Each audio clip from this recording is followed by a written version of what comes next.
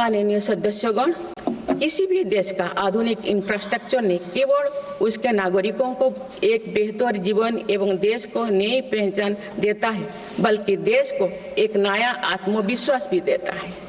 बीते दशक में भारत ने वर्ल्ड क्लास इंफ्रास्ट्रक्चर निर्माण के कई माइलस्टोन तय किए हैं।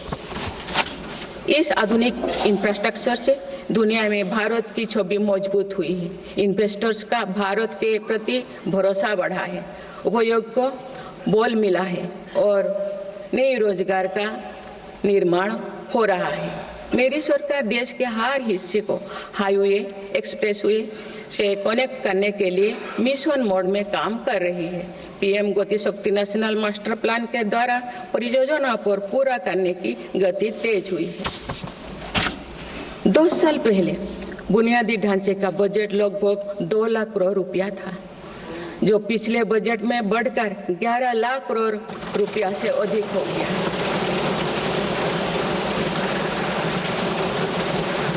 पिछले 1 दशक के काम को आगे ले जाते हुए पिछले 6 महीने में मेरी सरकार ने भविष्य के इंफ्रास्ट्रक्चर में रिकॉर्ड निवेश किया है। वाडवोन में भारत के पहले डीप वाटर मेगा पोर्ट की आधारशिला रखी गई है। 76,000 करोड़ की लागत से बनने वाला ये पोर्ट विश्व के शीर्ष 10 पोर्ट में से एक है। मुझे बताते हुए खुशी हो रही है कि उधमपुर श्रीनगर बारामूला रेल लिंक परियोजना पूरी हो गई है और अब देश कश्मीर से कन्याकुमारी तक रेलवे लाइन से जुड़ जाएगा। इस महत्वाकांक्षी परियोजना के तहत चेनाब ब्रिज का निर्माण हुआ है, जो विश्व का सबसे ऊंचा रेल ब्रिज है। साथ ही आंधी ब्रिज देश का पहला रेल केबल ब्रिज बना है।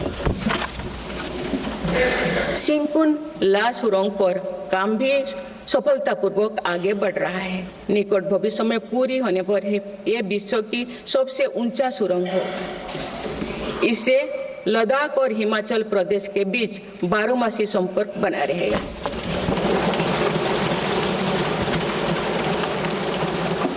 भारत का एविएशन सेक्टर तेजी से विकास कर रहा है।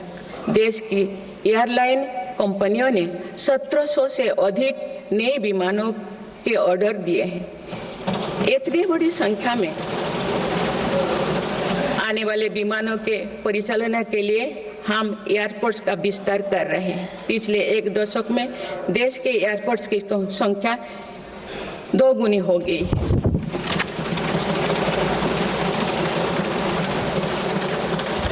माननीय सदस्यगण, विकसित भारत को गति देने के लिए हमारे शहरों को फ्यूचर रेडी बनाना आवश्यक है। इस दिशा में मेरी सरकार ने शहरी सुविधाओं का आधुनिकीकरण कर उन्हें एनर्जी एफिशिएंट बनाने पर जोर दिया है। साथ ही नए शहर के विकास के भी नींव रखी जा रही है। मेरी सरकार ने लगभग 28,000 करोड़ रुपया के निवेश से देश भर में 12 इंडस्ट्रियल नोड और शहरों के पास 100 औद्योगिक पार्क बनाने का भी निर्णय लिया है।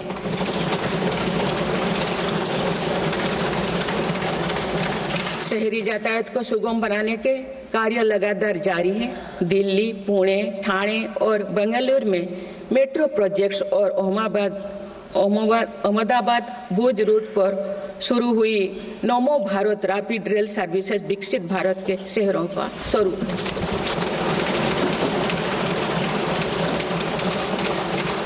कुछ सप्ताह पूर्व ही दिल्ली में रिठारा नरेला कुंडली कॉरिडोर का काम शुरू हुआ है, जो दिल्ली मेट्रो नेटवर्क के बड़े सेक्शन में से एक होगा। मेरी सरकार के निरंतर प्रयास से दिल्ली में मेट्रो टूर लगातार बढ़ रहा है।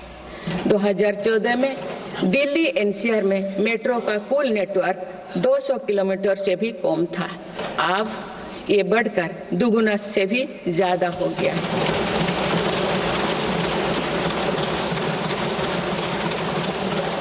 मुझे ये बताते हुए बेहद प्रसन्नता हो रही है कि भारत का मेट्रो नेटवर्क अब 1000 किलोमीटर के माइलस्टोन को पार कर चुका है।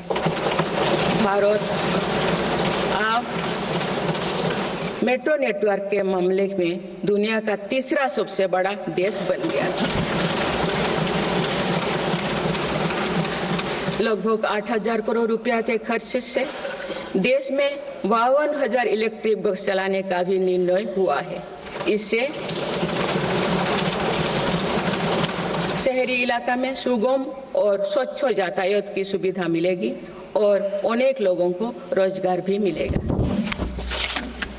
आसान कनेक्टिविटी और अर्बन टूरिज्म को बढ़ावा देने के लिए देश में 15 रोपवे प्रोजेक्ट्स की योजना पर भी काम हो रहा है। माननीय सदस्यगण, मेरी सरकार बहुआयामी एवं समरस सर्वस्पर्शी विकास की नीतियों पर काम करती आई है। इसीलिए मेरी सरकार ने जितना बल फिजिकल इंफ्रास्ट्रक्चर पर दिया है, उतने ही सौगन प्रयास सोशल इंफ्रास्ट्रक्चर क्रांति के लिए भी किए हैं। समाज के हर वर्ग तक सस्ती, सुलभ और गुणवत्तापूर्ण स्वास्थ्य सेवाएं पहुंचे, ये मेरी सरकार की प्राथमिकता है। अस्पताल, इलाज और सेवा की व्यवस्था के कारण एक सामान्य परिवार में स्वास्थ्य पर होने वाला खर्च निरंतर कम हो रहा है। देश में नागरिकों तक बेहतर स्वास्थ्य सेवाएं पहुंचाने के लिए 1,75,000 आयुष्मान आरोग्य मंदिर बने हैं।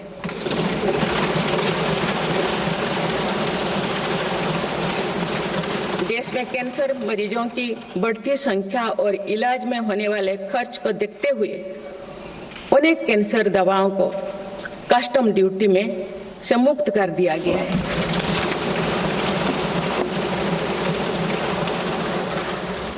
सर्वाइकल कैंसर के लिए अब तक लगभग 9 करोड़ महिलाओं की स्क्रीनिंग की जा चुकी है।